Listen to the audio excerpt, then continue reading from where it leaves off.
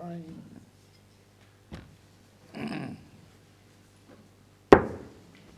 Very good.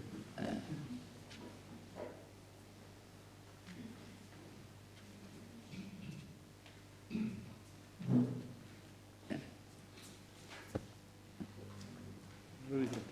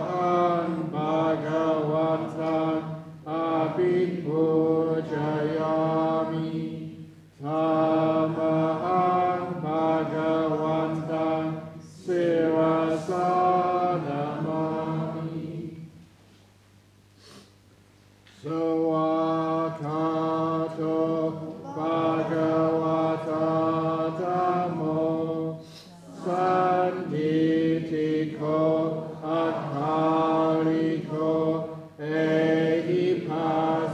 O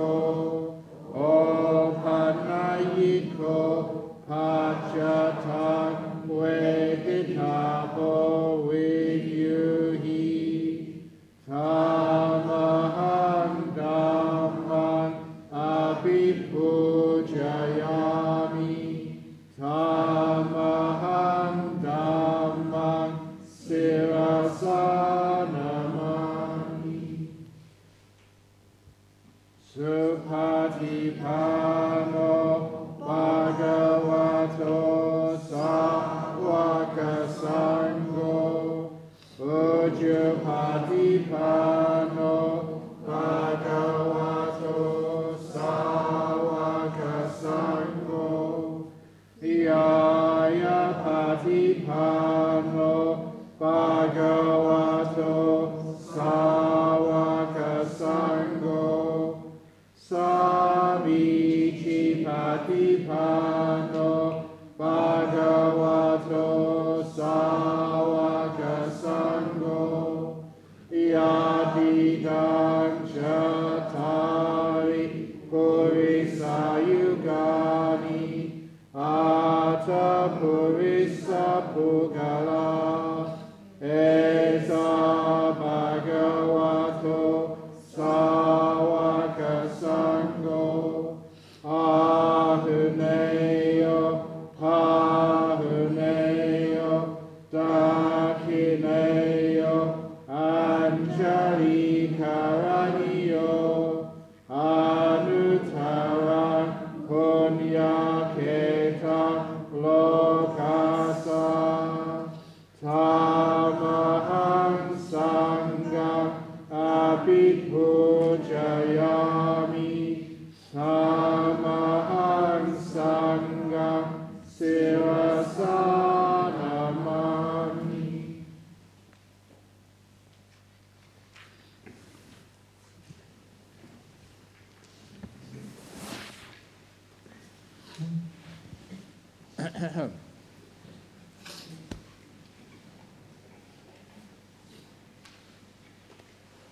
This is what should be done by one who is skilled in goodness and who knows the path of peace. Let them be able and upright, straightforward and gentle in speech, humble and not conceited, contented and easily satisfied, not busy with duties, and frugal in their ways, peaceful and calm, and wise and skillful, not proud and demanding in nature. Let them not do the slightest thing that the wise would later reprove, wishing in gladness and in safety. May all beings be happy. Whatever living beings there may be, whether they are weak or strong, omitting none, the great or the mighty, medium, short or small, the seen and the unseen, those living near and far away, those born and to be born, may all beings be happy. Let none deceive another, or despise any being in any state. Let none through anger or ill will wish harm upon another, even as a mother protects with her life her a child, her only child, so with a boundless heart should one cherish all living beings, radiating kindness over the entire world, spreading upwards to the skies and downwards to the depths, outwards and unbounded, freed from hatred and ill will, whether standing or walking, seated or lying down, freed from drowsiness. One should sustain this recollection. This is said to be the sublime abiding, by not holding to false views, the pure-hearted one, having clarity of vision, being freed from all sense desires, is not born again into this world. Sadhu, sadhu, sadhu. Okay, here we go, another question and answer session. And the questions are more than yesterday, oh my goodness. But first of all, that for those of you who want to meditate and put some eye shades on, we have 3 eye shades here, courtesy of Singapore Airlines. Whenever I go, I collect them. Because I know it'd be for the people on a Singapore retreat. Some people prefer meditating with eye shades, so they're here for you whenever you want them. But first of all, question number 1. Oh my goodness, it's a big one. Dear Ajahn Brahm, I am conflicted. I have been approached to conduct a course of mindfulness to corporate leaders. I'll be paid for it. While it sounds interesting, my conflict lies in, I learn it for free from you. Yeah, I demand 10%, whatever you get. I learn it for free from you. It is free given by the Buddhists. How can I earn from it? Of course, I can always donate off the whole sum. Now, look, sometimes there's only a certain amount of monks around and nuns, and actually that sometimes that not enough monks actually do enough teachings. And so, we're in a difficult situation. The demand outstrips the supply of, teaching monks or teaching nuns. You try your hardest to teach monks and teach nuns, but, that it needs to be done. And you're living in the lay world, you need to make some money. If you didn't make any money, you would not be able to give any donations. So I want you to be rich, but not too rich, just middle way. So that is fine. As long as, you do it. And like anything else you do in life, a lot of time you got your education for free. Many of you in places like, education is usually free in Singapore, isn't it? You got to pay. Really? Used to be free, yeah. For when you're old like me, all free. But, we give things for free and we don't expect anything back. So if you can make a livelihood out of it, fine. More importantly, we learn it to alleviate suffering and to teach corporate leaders whose ultimate goal is to earn more dollars. It seems like I am commoditizing Buddhism and diluting the teachings. Please advise. It does actually get some corporate leaders to be better corporate leaders, and if they're better corporate leaders, they don't cause too much trouble in this world. In other words, they can be honest instead of like Lehman Brothers or whatever else was really messing around. So one of the things when I was a school teacher, I remember one lesson I learned. They said, you may be teaching maths or physics, but you're also teaching who you are to your kids. You're giving a moral lesson as well. So when you're teaching corporate leaders, you may be teaching them a mindfulness, but you're also teaching them a lot of morality as well, by just the way you present yourself, the way you do things. And that's a marvelous way of actually just trying to get just more ethics in the corporate world, more trust. So that way, it's a good thing to do. So I will give my stamp of approval for 10%.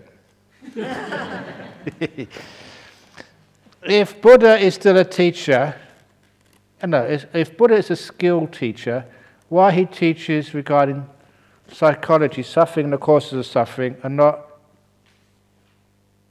positive psychology, happiness and the causes of happiness, it'll become a depressing teaching compared to other hopeful and thinking religions. Hopeful and thinking religions, well, some of the other religions, you've got to leave your brain at the front of the church to go in there. I mean, just the idea that this world was created only 5,000 years ago, well, it's ridiculous. And the dinosaur bones were put down there. You know, they put all the fossils there. That was all done in the creation, just to confuse people. So if you actually think about it, and I remember it was in one of the great Christian theologians, it was St. Augustine. You know, he was a really sort of interesting fellow because he says some great things. He said, Christianity is illogical. He said, therefore we have to have faith, because you can't prove it through logic. But that whole argument, it was illogical. He was saying, A means B. He was trying to say it's illogical, but he was saying it's logical to believe. It was very easy for anybody to actually to see the fallacy of his argument. But a lot of times that I see what you're pointing to. You say suffering and the cause of suffering, but when I started teaching in Australia and in Singapore, when I did the Four Noble Truths, I turned them around. I called it for marketing. Happiness, a cause of happiness, sometimes is unhappiness. Why are we unhappy? Those are the Four Noble Truths, but started with number 3, first of all. And all it was is just understanding that, yes, people just want to be inspired. And sometimes, even when I was a lay Buddhist, the Four Noble Truths, suffering. But why are all these monks happy? And sometimes you saw a happy monk, and people would say to him, you don't know what you're talking about because you're not suffering. You're not really practicing. And that was just totally off. So when you see someone who's wise, it's a happy person. And for anyone who doubts that, there was, and I have to quote the sutras because this is wonderful. We have very accurate, well, not 100%, but pretty good translations into English and into Chinese of what the Buddha actually said. And one of those sutras is the Dhammachaitya Sutta, Monuments to the Dhamma. It's in the middle leg sayings of Majjhima Nikaya. And I often quote this sutra because it was one of the Buddha's chief supporters. He was King Pasenadi, who lived in Savatthi. And of course, the Buddha spent most of his rains retreat in Anathapindika's monastery, the Jeta Grove, just outside of Savatthi. And so once this king, he'd finished his business and he just decided to go and see the Buddha. So he went into the Jeta Grove monastery and he asked if the Buddha was in. He said yes. He's in his hut meditating, but you're the king. If you knock on the door, he's sure to let you in. Just as me, even if I'm meditating in my cave, if Queen Elizabeth came and knocked on my door, I'd probably let her in. Maybe. But not any of you guys. But anyhow, so the king knocked on the door, the Buddha let him in. And the king started bowing to him and kissing his feet. The king kissing the Buddha's feet. And the Buddha said, what are you doing that for? And he said, I've been coming to this monastery just all my life, and I just love this monastery and all the monks. As a king, it creates so much happiness for me coming here. And he said, why do you like coming here? And he said, I like coming here rather than any of the monasteries of the other sort of religions at the time. Because in this monastery, the king said, all the monks are happy and smiling. That's why I like coming here. And the Buddha replied, said, yes, that's what you can expect when the monks are practicing meditation well and developing insights. And that really sort of hit me, that this is what's supposed to happen if you meditate and you get insights. You're supposed to get happier and happier. Which is why that people in the time of the Buddha like going to see the Buddha in the Day-2 Grove monastery. That's why it grew. Not because they were miserable and saying, suffering, you're going to go to hell, you're all going to burn. Some people used to say things like that, and it's absolutely ridiculous and crazy.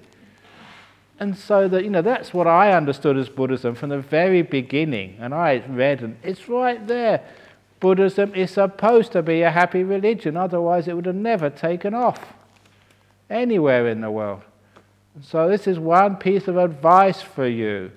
Never trust a miserable teacher.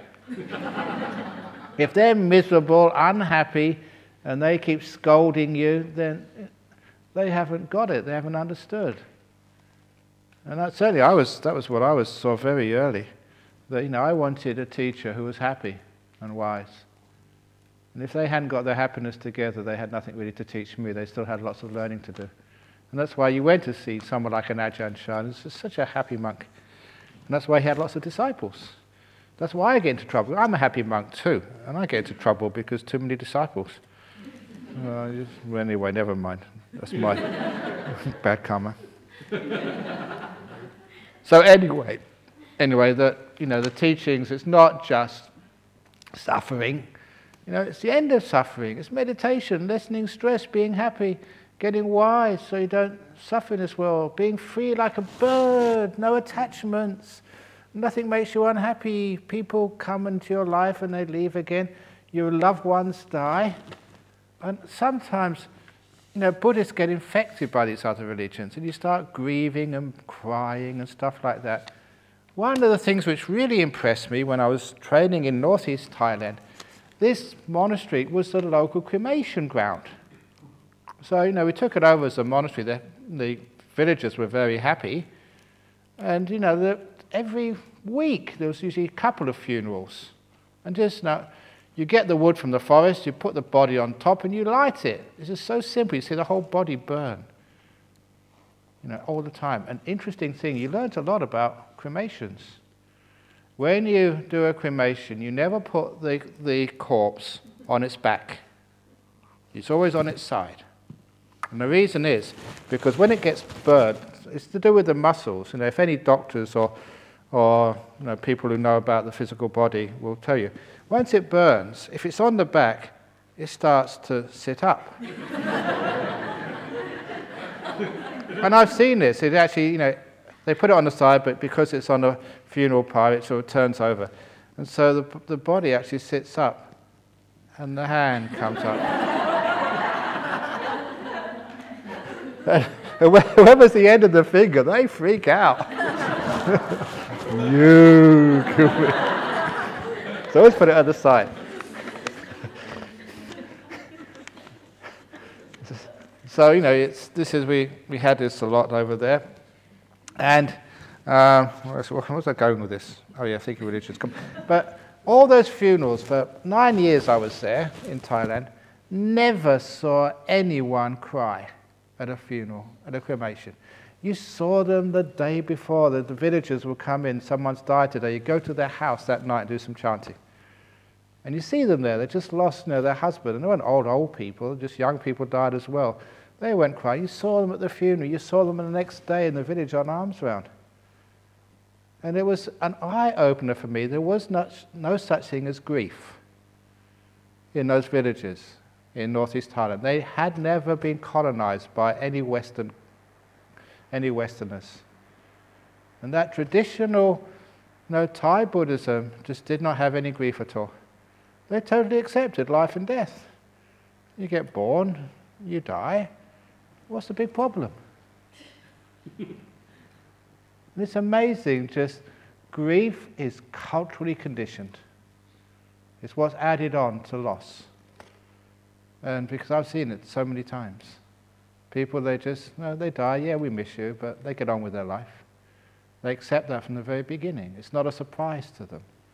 And as well as that, they just I understand they usually meet each other afterwards. It's just par for the course. But when I've seen here, because one of my jobs is to conduct funerals, and sometimes I've often seen like kids come into the funeral, and they're playing around, they're being naughty like children are, and they're really happy until they see their mother looking really sad. And I've seen that the kid look into the mother's eye and get so confused and afraid. Why are you hurting so much, Mum? And they learn grief from their parents. It's culturally passed on to your kids. You'll cry, you feel grief, and your children just take, that's what I'm supposed to do when somebody dies. And it becomes their conditioned response. It's not necessary, and it's such a shame you do that. Does crying help anybody? As everybody knows, you cry for yourself. You don't cry for the person who's dead. You're crying for yourself. You're suffering. What are you doing that for? So it's a totally different way of looking at life and death. And that's one of the reasons why the real Buddhists, I don't know what you do in Singapore, but real Buddhist funeral services are good fun. There's so much good fun that after I gave my first couple, the funeral directors, the professionals, they came up to me and said, Ajahn Brahm, when I die, I want you to do my funeral. I'm not a Buddhist, but that's much better than these other morose and sad, and the priests come up there and so, it's so sad. We're with you in your grief. We understand how sad it must be that your mum has died. And it's a terrible thing that she was such a good woman.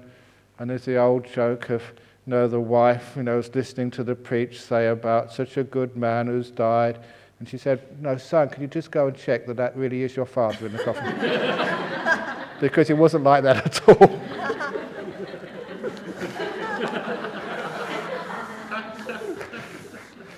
There's a trouble that... And I must admit that was something, from my own life, my father's own funeral.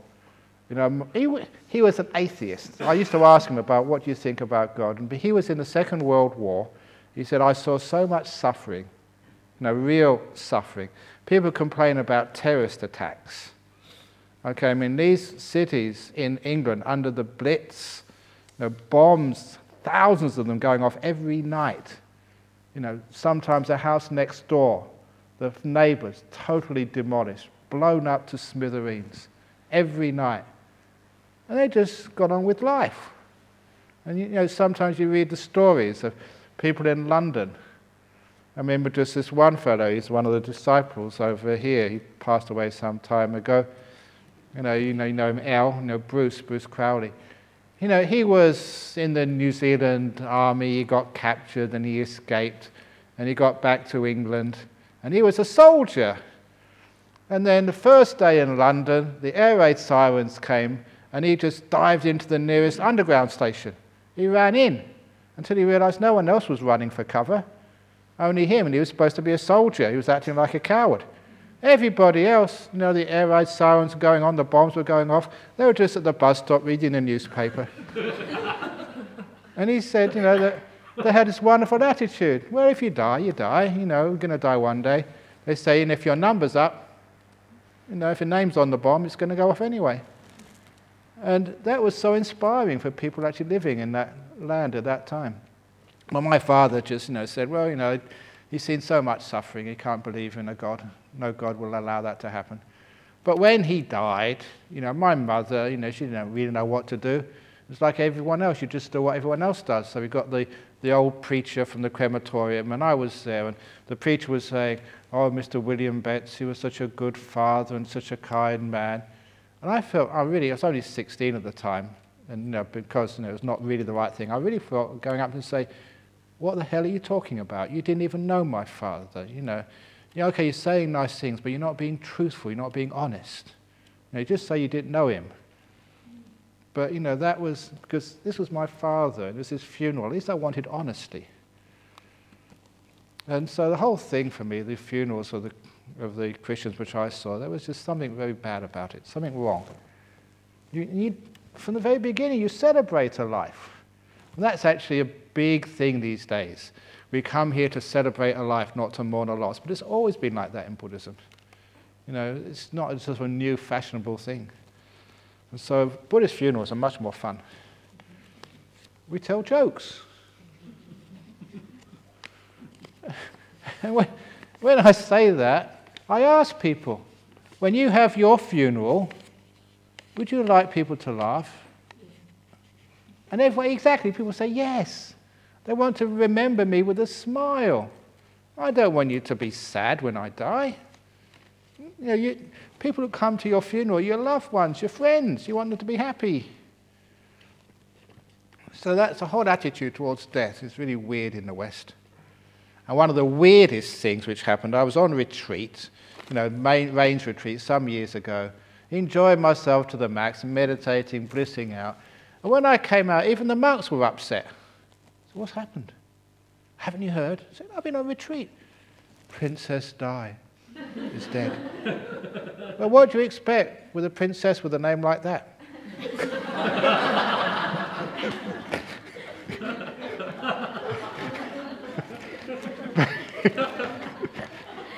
But even some of the monks were upset, and all the lay people, I got some people ringing me up, oh, Ajahn Brahm, help, Princess Diana is dead.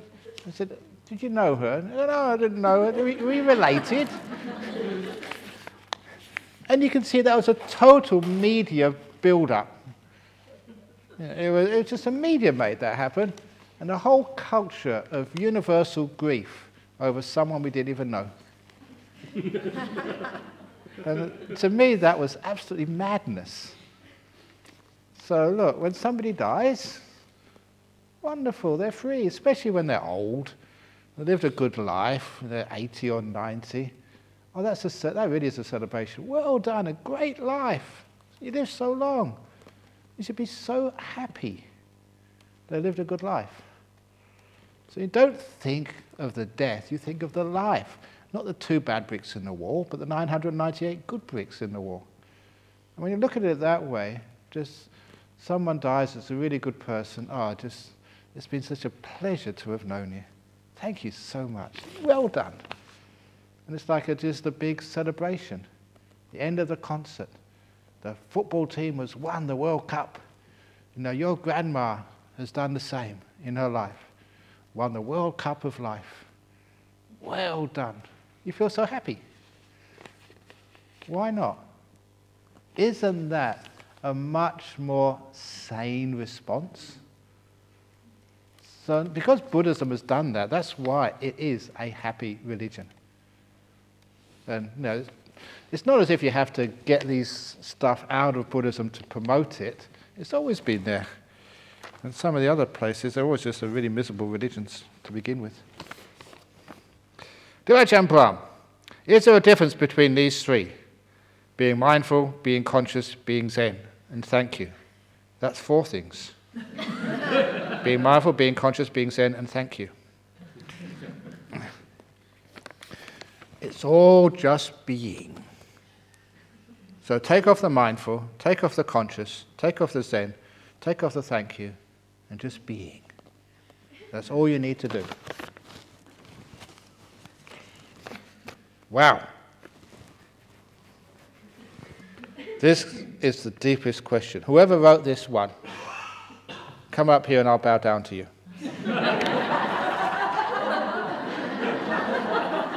Whoever wrote this is already enlightened. They've reached the nothingness. The blank sheet of paper. Wow. That's so profound. Ajahn Brahm, I feel a great tiredness in my heart when in meditation. Should I then focus on great emptiness or the fatigue in my heart? It's not your heart. It's just your body's heart. Body's sometimes tired, sometimes you've got energy. So it's only a tiny bit of you. So don't focus on the tiredness of your heart. Instead, focus on the rest of the body. And sometimes you look at that tiredness and think, oh, poor heart, you've been beating ever since I've been born. And if you've been working 24 hours a day, 365 days a year, for all the years you've been alive, wouldn't you be tired? So you just tell your heart, okay, I give you permission to be tired.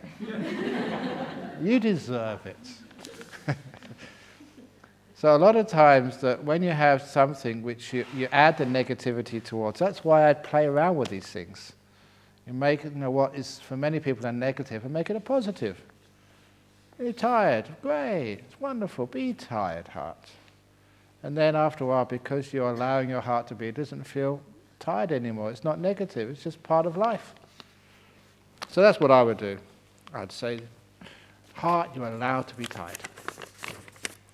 Thank you, Ajahn Brahm. Can 32-part meditation lead to jhana? What is the consciousness or sensations or alert level when first and second jhana? Whoever asks this, have you got jhana yet? When you get it, then you can ask the question. People got all these ideas of what jhana is. Look, all you need to do is nothing. So sometimes we want to do something. The 32 parts is actually 31 parts by the Buddha, and then they added an extra one. Interestingly, in the time of the Buddha, the people didn't really have much idea of the brain. So 31 parts, and they left out the brain. And then, I think that's one of the reasons why they were so wise in those days. They didn't pay too much attention to the brain. And now, they added in the commentaries, it came 31 parts to 32 parts, they added the brain. And that was where the trouble started. But all you do this for is just to look at your bodies. So it's just the heart, it gets tired, it's just your liver, it's just your hair. It's not important, it's just body, that's all. It's not who you are. It's great when you just look at this body. And if ever you have the opportunity to go to an autopsy and see everything taken apart, and look inside there, and it's mind-blowing. The first autopsy I went to, I didn't realize just how small the brain is. And you get this idea, the brain is huge, it's tiny. And that's a brain. And so this little thing gives all the trouble. And then they open you up, and it's really fascinating to see all the little parts and how they all fit together inside. So, that was actually part of the training for monks, actually to go and see an autopsy. And, the trouble is these days that people just have this cult of the body. And so, no, you can't see my grandmother because it's sometimes special. I don't want her to be disturbed. It's only her old body. It's just like a car wreck. Of course you can go and see it. So in the first years here, we could go and see it, but now people say, no, the relatives will complain. So we can't see it anymore. But I remember okay, we go funny stories. The Bhante Ji, Venerable Gunaratana, he's a great teacher, lives over in Virginia in the United States. So one of his disciples, lay people, they heard about this. They said, let's try and go and see an autopsy. Who knows, we might be able to get in. So they turned up there at the local hospital and said, for religious reasons, because we're Buddhists, can we go and see an autopsy? We just be quiet, just to look. And they said, no, you can't do that. And they argued and tried to make a deal and something, but no way could they get in. So most of the people went home, except one of the disciples. He stayed around, to keep on trying. He really wanted to see one. And as this one guy came out, he said, can I see an autopsy? He was one of the what's it called, the workers, the people who help the doctors. One of the medics there, and he said, no, you can't. And anyway, I'm not in the right mood for doing that because, going through a divorce. And the student of Venerable Gunaratana said, you're going through a divorce. I happen to be a lawyer. I can help you with the papers. And, it's very expensive, getting a lawyer in the United States. He said, really? He said, yeah, do a deal. I'll do all the paperwork for you for your divorce if you let me see the autopsy. And so the guy said, okay. So, he helped him with the papers, and then, the guy took him into the autopsy room, dressed him up in the green, whatever they do. And, that he was around when he got the next autopsy. He was an African American. They didn't know why he died, and they were opening him up. And, they started seeing that, he'd been under many operations. They called him a piece of work. And then actually they were looking and they found out the reason. They gave it a Latin name, the reason why he died. And this guy was a lawyer. Lawyers, they just cannot keep their mouth shut. And so when he heard this Latin name, he said, oh, that was, I forget, was that cancer or something? And everybody stopped and looked at him and said, who are you? What are you doing here? Because it actually meant, malpractice. It's a mistake. Some doctor had sort of snipped the wrong thing. And he said, oh, I'm just a lawyer. And everybody froze. Get out of here, quick! Because this was, a doctor had made a mistake somewhere, and there was a lawyer there who shouldn't be there saying, well, admit this. I mean, there's millions of dollars of suing. So they got him out there as soon as possible. And he wrote about his experience in the newsletter. So, it's so hard to go and see an autopsy, and that's one of the reasons why. But he said it was so amazing, actually, to see the body opened up. And when you do that, you don't really feel, this is just a body, that's all. You don't get so attached to it.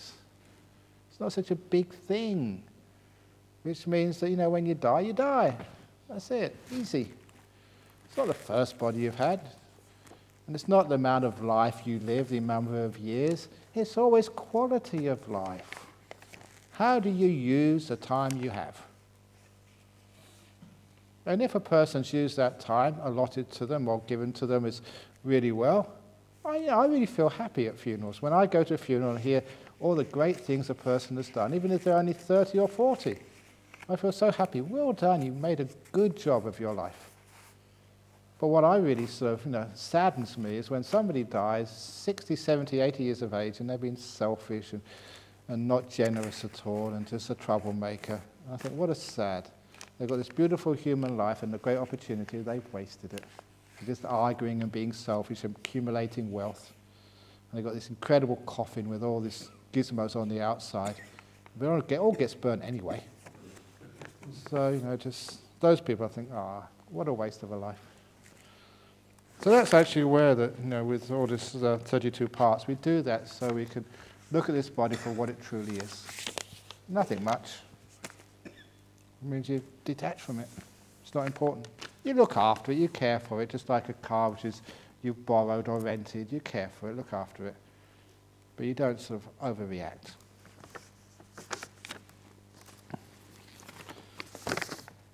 I meditated and felt the pleasant feeling, ants crawling sensation, and getting stronger and stronger, the sensation getting so strong that it suddenly stopped. It was replaced by a peaceful feeling. I could not opt to prolong the peaceful stage. When the course of the peaceful stopped, I emerged from my meditation. How to prolong the peaceful stage? Make a better Ajahn Brahm. Exactly. You don't do anything. You can't prolong it. You can interfere with it. But, it's the causes and conditions. So, you did the right thing. Well done. Just recreate those causes and conditions. Be more stable. It lasts longer. But you can't make it last longer. So it's a very standard what happens when you meditate. The body starts to, let's say, like feeling like itchy or tingly. Your mindfulness is increasing and your body's about to disappear. And then it sort of disappears. You feel so peaceful. But again, you can't make it last. You just stay there however long it wants to last. Your roundness. Any ghost stories this year? Ha ha ha ha. The last time I told a ghost story, people actually ran out.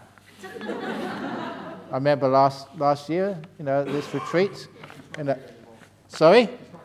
She's not here anymore. What ghost stories did I tell this last year? No, I had a little ghost video. Yeah, that ghost video, which was a ghost in an elevator. I think I emailed that to you, didn't I? Yeah, maybe you should put it on the BF website. I can just describe it to you. It was amazing. They had a video in a hospital in Thailand, and this nurse wheeled this patient. It's obviously had an accident. Had a cast on his legs and on his head and his arms as well. Obviously been in a big accident. And wheeled him in there, and the drip on him. This little Thai nurse wheeled him in there, and there was another patient also in the lift. And I asked, what floor do you want to go to? And they asked what floor, 14 or something. And the other person went to floor 13. There is no floor 13 in hospitals. It's an unlucky number. Just like on Singapore Airlines, there's no row 13 on Singapore Airlines. That's true, isn't it, Captain James? Never any row 13. So if ever you get a ticket on a boarding pass with seat 13A, you're in big trouble. It's fake. So anyway, so the nurse, when it stopped at 13, she was a bit afraid. There is no floor 13. And it stopped there, but the doors never opened. And this patient just walked straight through the doors. It was a ghost. And the nurse, she collapsed. She fainted right there. But the patient, he was in a wheelchair. He had cast. He couldn't go anywhere. And so he was shaking and screaming, I want to get out of here. I want to go home. And then the next part of the video clip was, I forget the brand name, say, Acme Vitamins. If you take your vitamins, then you don't need to go to hospital. It was an advertisement on Thai TV, making people so scared of going to hospital. So they take their vitamins and supplements. So it's funny. Elle, I think I showed you that, didn't I? Couldn't Elle?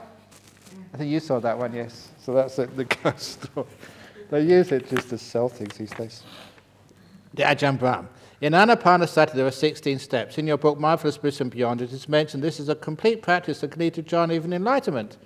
How does or at what point that Satipatthana comes in? How does Anapanasati, Satipatthana relate? Or when do you know which to apply? Please read the Anapanasati Sutta. What is it? 108 of the Majjhima Nikaya, 118. I always get that wrong. I think it's 108.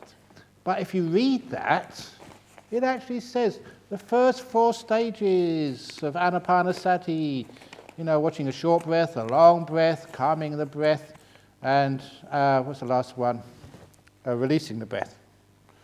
All that, so calming the bodily sankhara,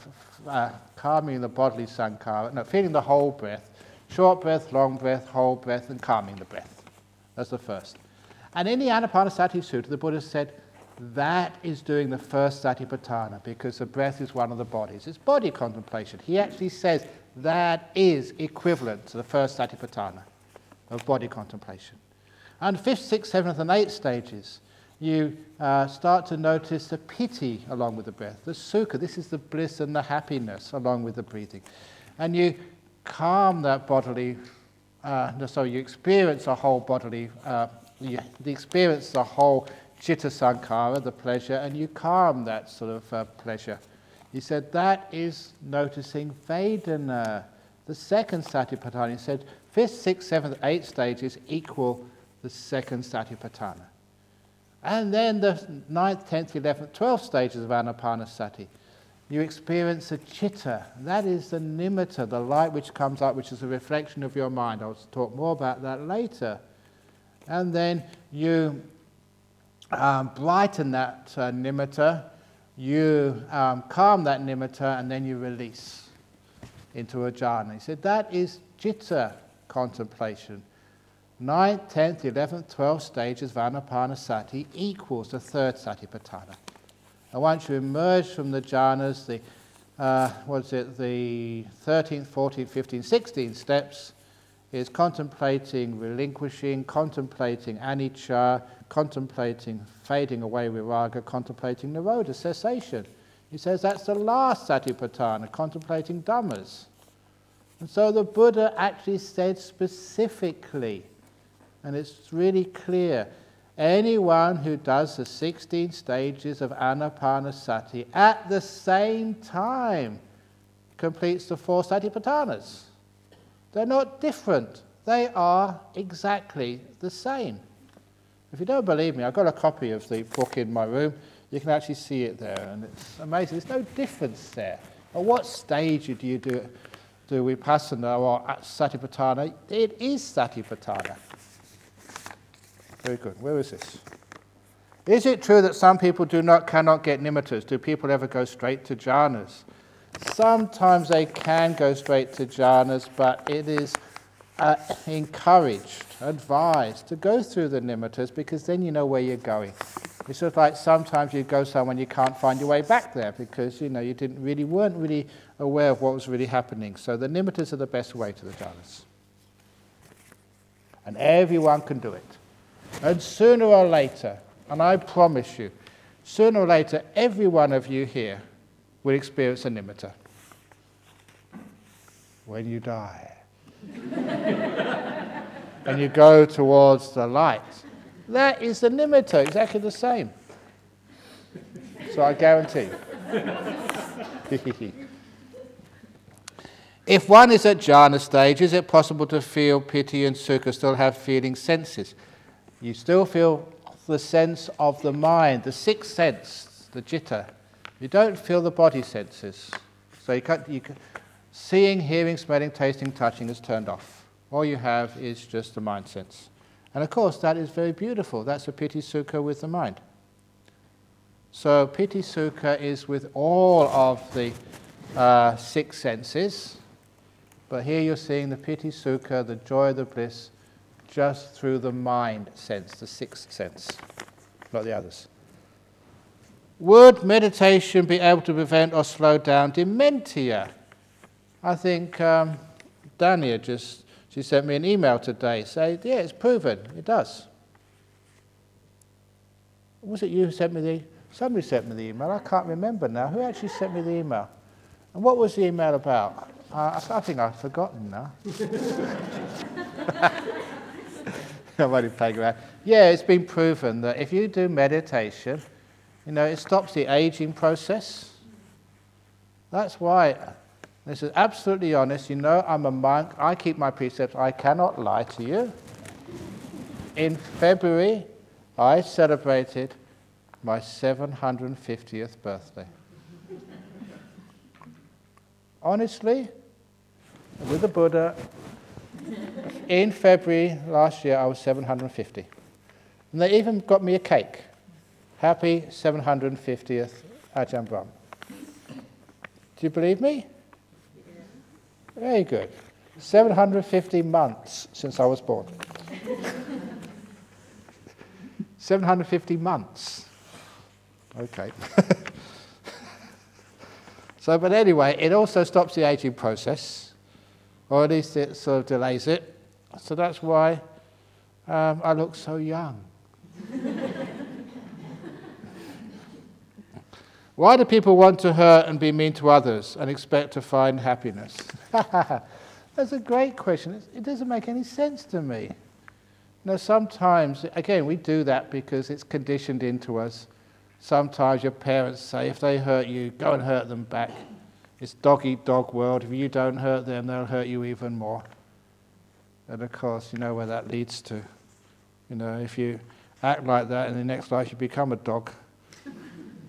So, why do we want to hurt them? We get frustrated. We want to control others. So we think that by controlling others, by making them afraid of us, that then maybe they won't hurt us again. That's why we try and hurt others, shout at others, try and control others, try and make other people afraid of us. Just, Claire!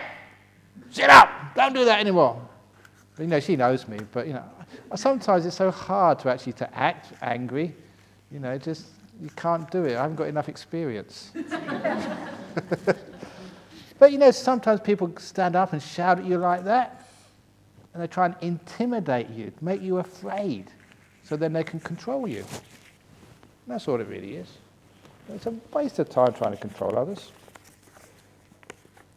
So that's why people want to hurt and be mean. I mean, they're really stupid, and they just create more unhappiness for themselves and unhappiness for others. You never get successful that way. Ajahn Brahm, I've been meditating, breathing consistently for more than 20 years. You've been breathing ever since you've been born. I've been calm and peace, but not experienced jhana. What advice would you give? Don't try to get jhanas. Just be peaceful, just let go. Jhanas are what happens.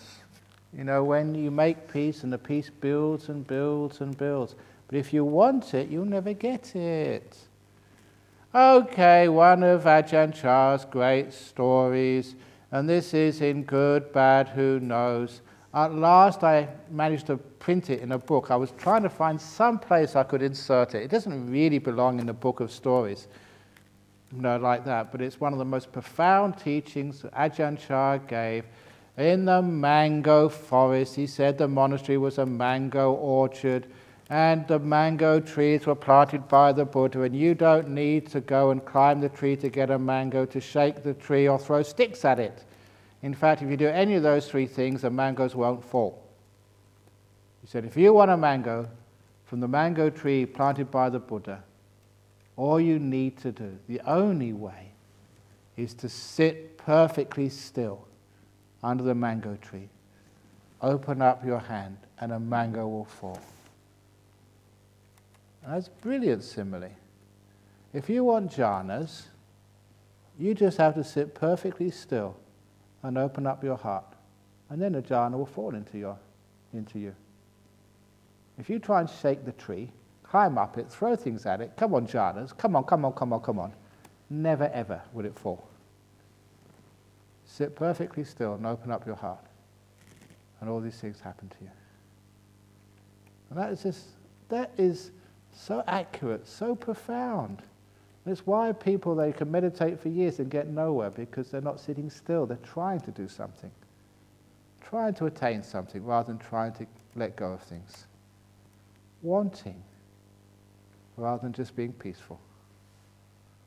And that is the whole trick of meditation. If you understand that, you don't need to come to any more talks. Just sit there and do nothing. And all these things happen to you. You don't want anything. You're happy. Anyway, what if I never have jhana, does it mean I can never be enlightened? You have to get jhanas to become enlightened. It's very clear.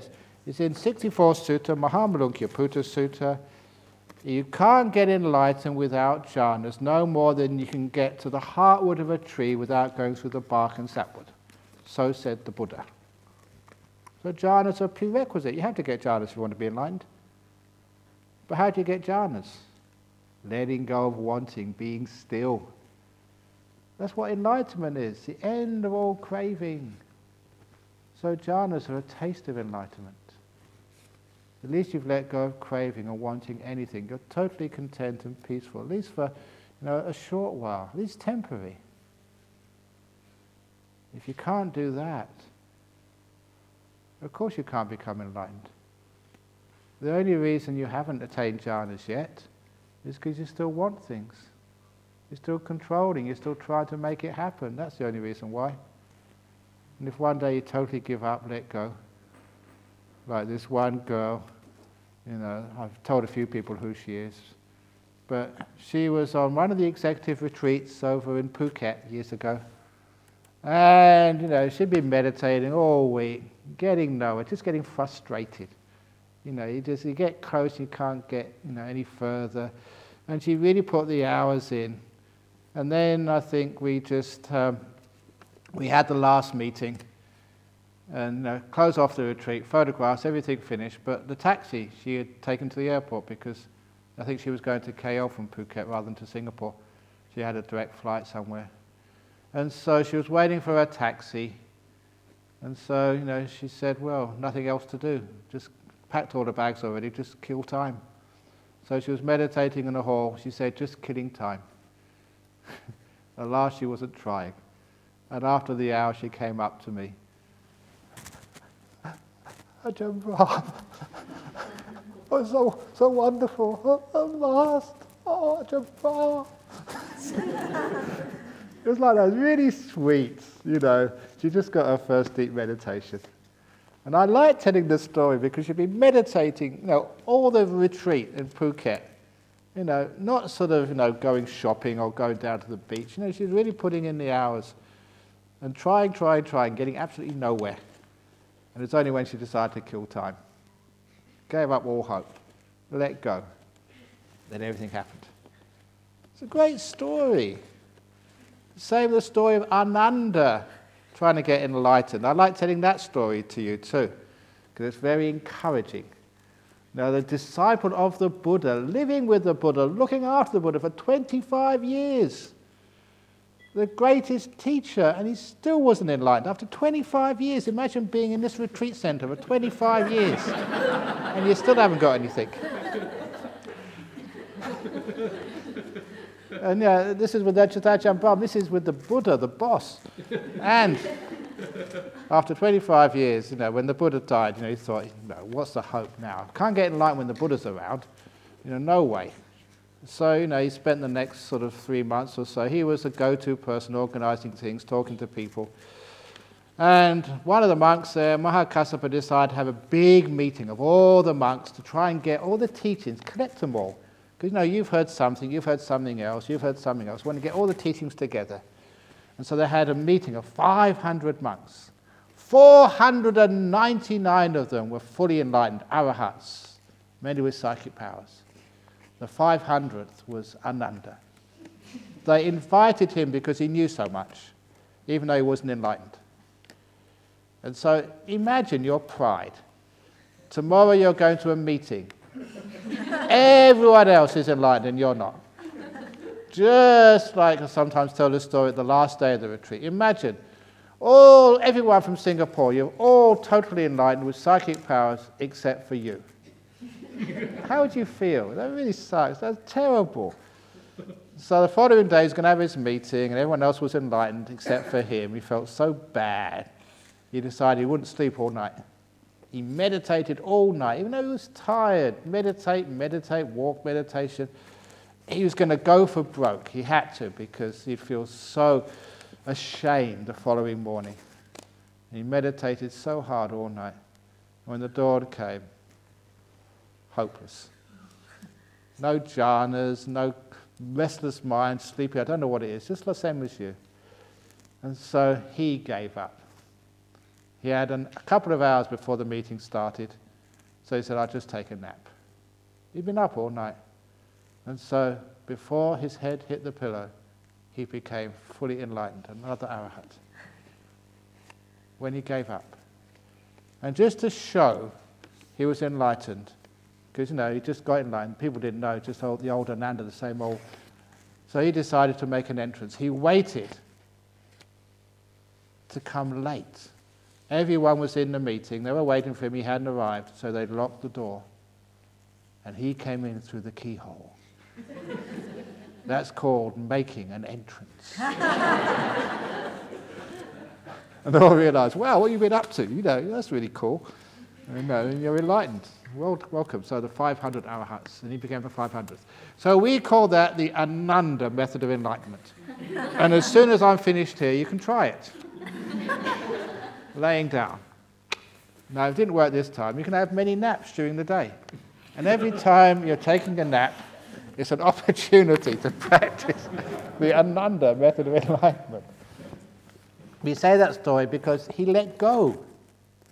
At last he stopped trying. He gave up. No wanting, no expectations. Now, those are telling you important methods of becoming enlightened, getting jhanas. You sit under the tree perfectly still, not wanting things. And then these things happen. You want, and that tree shakes, nothing falls. While practicing mind sweeping or body scanning, I rely on the instructions, toe, may you be well, happy, etc. I find it difficult to silence the mind and transition to contemplation. Please advise how I know I'm doing it right. You know you're doing it right if it gets peaceful. Remember, the mindfulness gives you feedback. If the body's relaxing, you're doing it right. You can feel that. If the body's getting more tense, you're going in the wrong direction, so turn around. If the body's becoming, delightfully relaxed, you get some happiness, then great, you carry on.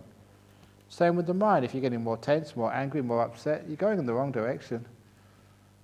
So the mindfulness gives you feedback. And you don't need to be that wise to know that this is the right direction. You feel more peaceful, more happy, more light. It's the right direction. Carry on. And actually, when you do the body sweeping, it's okay to say, toe, may you be happy and well. Ankle, may you be happy and well.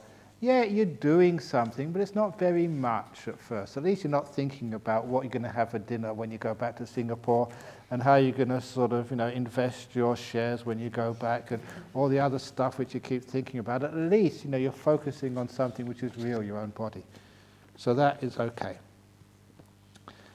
Can you share with us how you feel about regression, past life, in between lives? Is it something that would help hinder this path, or does it not make no difference? I am tempted, but I am hesitant. Thank you. It's great when people remember their past lives. Even I won't say who it is, but someone who was here for the 3-month rains retreat. One of the lay people, they got past life memories, and they've been checking it out. Another one, and it seems to be true. They were just telling me the other day, and I won't say who it is, you told me. Great, these things happen, because you don't want to say, because it's up to them to tell. And there's another guy. I told about that in the talk over in Singapore. He got back to his past lives, and as a result of that, he says, I've got to keep my 5 precepts now. And it's really made him a very strong Buddhist. Before, well, maybe if my friends, have a drink, I'll have a drink as well. But, he realizes, because with the knowledge of his past life comes the understanding of the importance of karma. And he's like a Westerner, an ordinary guy, from Perth. You wouldn't know that, he was a Buddhist or got these memories. And he says, 5 precepts are really important. He has to keep them. And also service to the community. That's the other thing he's doing. Before being a typical Australian, we maybe give a donation when there's a telethon on the TV or something, and that's about his social service, but he's a busy man, he's got other things to do in life. Now he's remembered his past lives. He just wants to serve as much as he possibly can and keep the precepts and make something of his life. It's incredible, the change which you see in him. So that's why it sometimes is good for you. You maybe think you're a Buddhist, but if you can remember your past life, your commitment to Buddhism, and I don't mean to saying you're a Buddhist, you'll start to practice when you realize, what's involved. So it is helpful, and that was just anecdotal evidence. How does one overcome jealousy? Oh, with wisdom. Why do you want to be jealous about anything? Sometimes the monks are very smart. They're not jealous. They don't want to be abbot. There's never any coup. I go overseas to Singapore, and I haven't been deposed when I come back, because they're sensible enough that I'm jealous about them, not having to do all this stuff.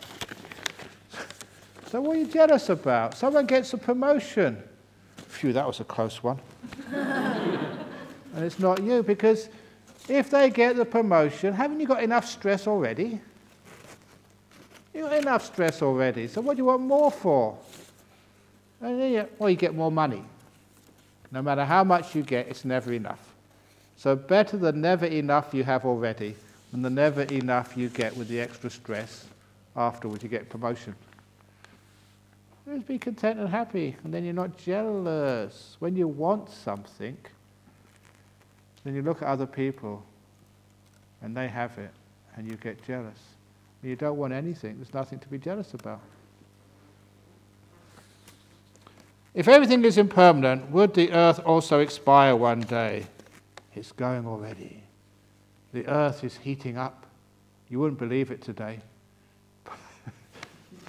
It's not supposed to be so cold and rainy in October. So, maybe Singapore's heating up, but Perth is cooling down. So please, travel around more, burn more fossil fuels, and then the next BF retreat in October won't be so cold. I shouldn't say things like that, especially when it's recorded. I get in big trouble. So the earth does expire, just science does. I remember hearing the sun, it's a big nuclear reactor, fusion reactor, and we know what's going to happen to it. It's going to get hotter and it's going to expand. Now the sun is going to expand in size. It's going to completely sort of get bigger and sort of swallow up Mercury. And Venus, it doesn't get that big that it gets into the orbit of Venus, but Venus gets vaporized and so does Earth. we're all going to get vaporized. And all of Jhana Grove is just going to be vapor and dust thrown off into the edges of the universe. All of your mother's ashes in these big, expensive pagodas and stuff where you keep them, they're not going to stay there forever. Everything is just going to disappear. All the Muslims, the Buddhists, Bodh Gaya, it's all going to be vaporized and go into space with no record we've ever been here. Isn't that nice? Just total emptiness, from nothing to nothing. So that's the end of this universe. Or the end of this earth anyway. So it's nice, it's not going to last. What are basic human instincts that we are born with, or is everything conditioned? Ha ha ha, now that is a fascinating one. Because girls conditioning and boys conditioning. Are boys always conditioned, to say play with guns and tanks, and girls always play with little dolls and houses? Apparently I think that people did these experiments, and it's only because that's what girls are supposed to do, that's what boys are supposed to do. It's conditioned into them. And sometimes some boys like to play with dolls' houses.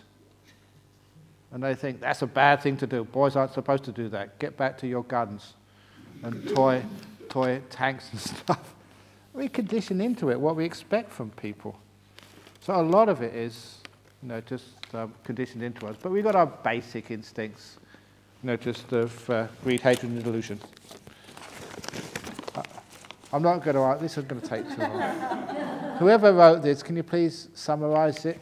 Executive summary. This is not a question. This is an essay. So please, whoever, I'm going to leave this in here. Just make it very small, please. And so you can summarize the main points afterwards. It's getting late. And people have to get back to the Ananda method of meditation, just in case. Normally, I'd be able to focus on my breathing, but thus far, while I'm here, I can't seem to focus, be it sitting or walking. For example, when I sit meditation, I try to just breathe. My mind is very active and keeps flashing many random images. I do not have any problem bugging me, but my mind just too active to quiet down. Could you share how to deal with this, please? Don't go looking for the breath. Don't try and do anything. So remember what I've said so far. First talk. Don't want anything, even good things. If you want to watch the breath, you're creating suffering for yourself. You're striving. The mind is not peaceful when you want something. And this morning, just be in the present moment, the place where you can't want anything. Instead of trying to focus on the breath, what are you experiencing now? Focus on that. You know that in my first book, Open the Door of Your Heart, there's the story of the Emperor's 3 questions. Remember that one? Emperor's 3 questions. When is the most important time? Who is the most important person? Right in front of you. What's the most important thing to do? Care. Use that for your meditation. What is the most important meditation object? No. The experience right in front of you right now. Sloth and torpor, restlessness, ache or pain, noise, whatever's right in front of you right now is the most important meditation object in the whole world. Now's the most important time. What are you supposed to do? Care for it. It doesn't matter what you're experiencing. How you experience it, that is a trick in meditation. Nimittas, sloth and torpor, a sort of a weird vision, that is not important. How you react to it is important. You can't change life, but you can change the way you look at it. So the Emperor's 3 questions is a great way of meditating. Now is the only time you have. Forget about trying to watch the breath next. Forget about jhanas, they're in the future sometime. Now is the most important time, and whatever you're aware of right now, that is the most important thing in the world. Just care for it. That stops all wanting, stops all aspiring for things, and stops all judging. As I was saying in the first talk, you think this moment is not good enough, you want something better. You think the tree has to be perfect to be lovable. This moment is the only one you have. Whatever you're experiencing, whatever it is right now, give it maximum importance so you don't want anything else. And I guarantee then you'll be still and the jhanas will just fall into you. And you'll be enlightened this evening if you can do that. Give it a go. While doing sitting meditation, sometimes I feel like I'm expanding or tilting or sometimes floating. I feel very light, though I'm also aware that my body is still sitting on the cushion. Could you please explain why, how these experiences could occur? That's a part of the Course. All it is your perception is becoming free of your conditioning. I call it perception getting its wings. When it happens, enjoy, because you get some weird things happening and it's enjoyable. Sometimes meditation can be boring, watching your breath, watching the nimittas. But when these things happen, it's fun. You feel yourself expanding. Just expand as much as you like. That's my problem, because that happened to me. I was meditating and I felt my body was expanding. And someone disturbed me and I got stuck.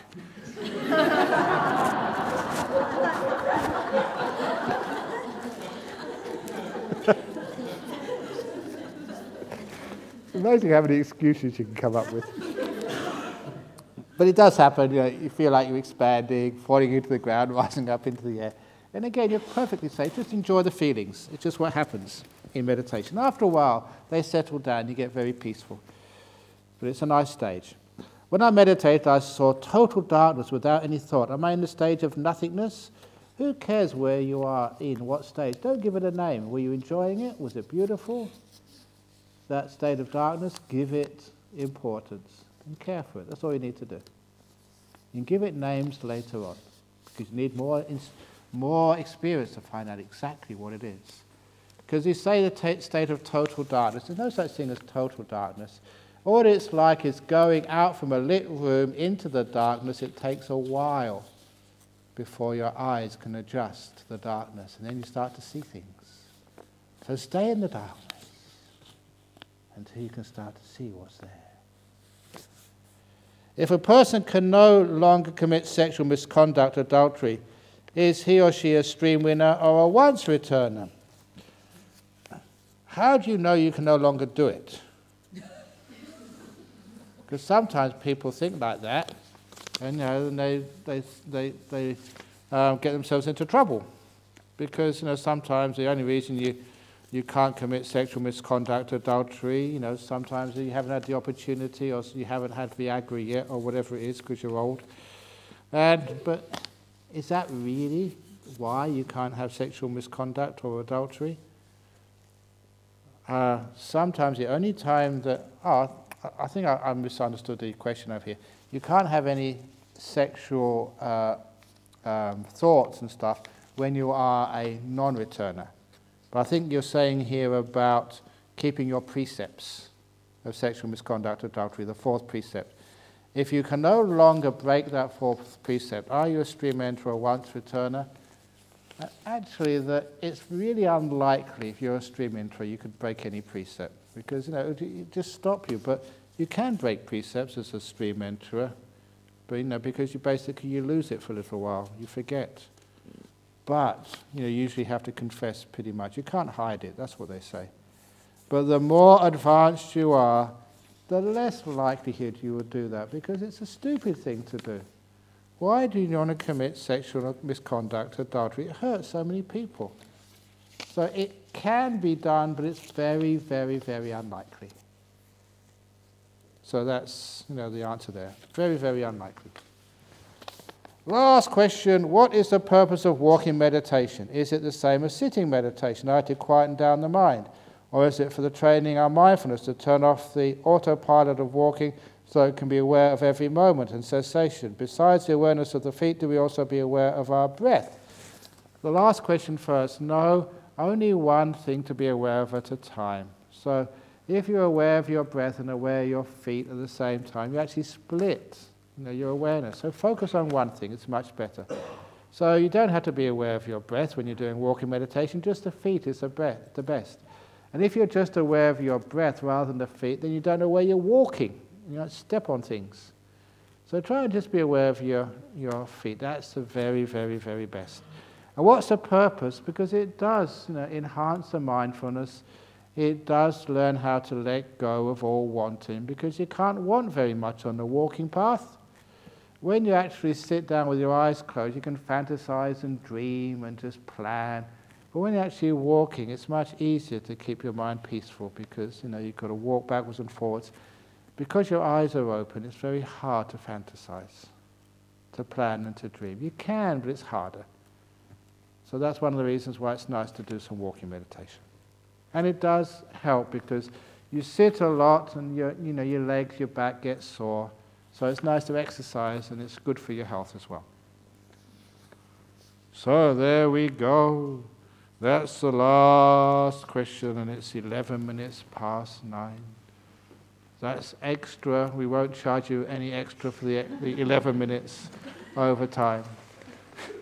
So have a nice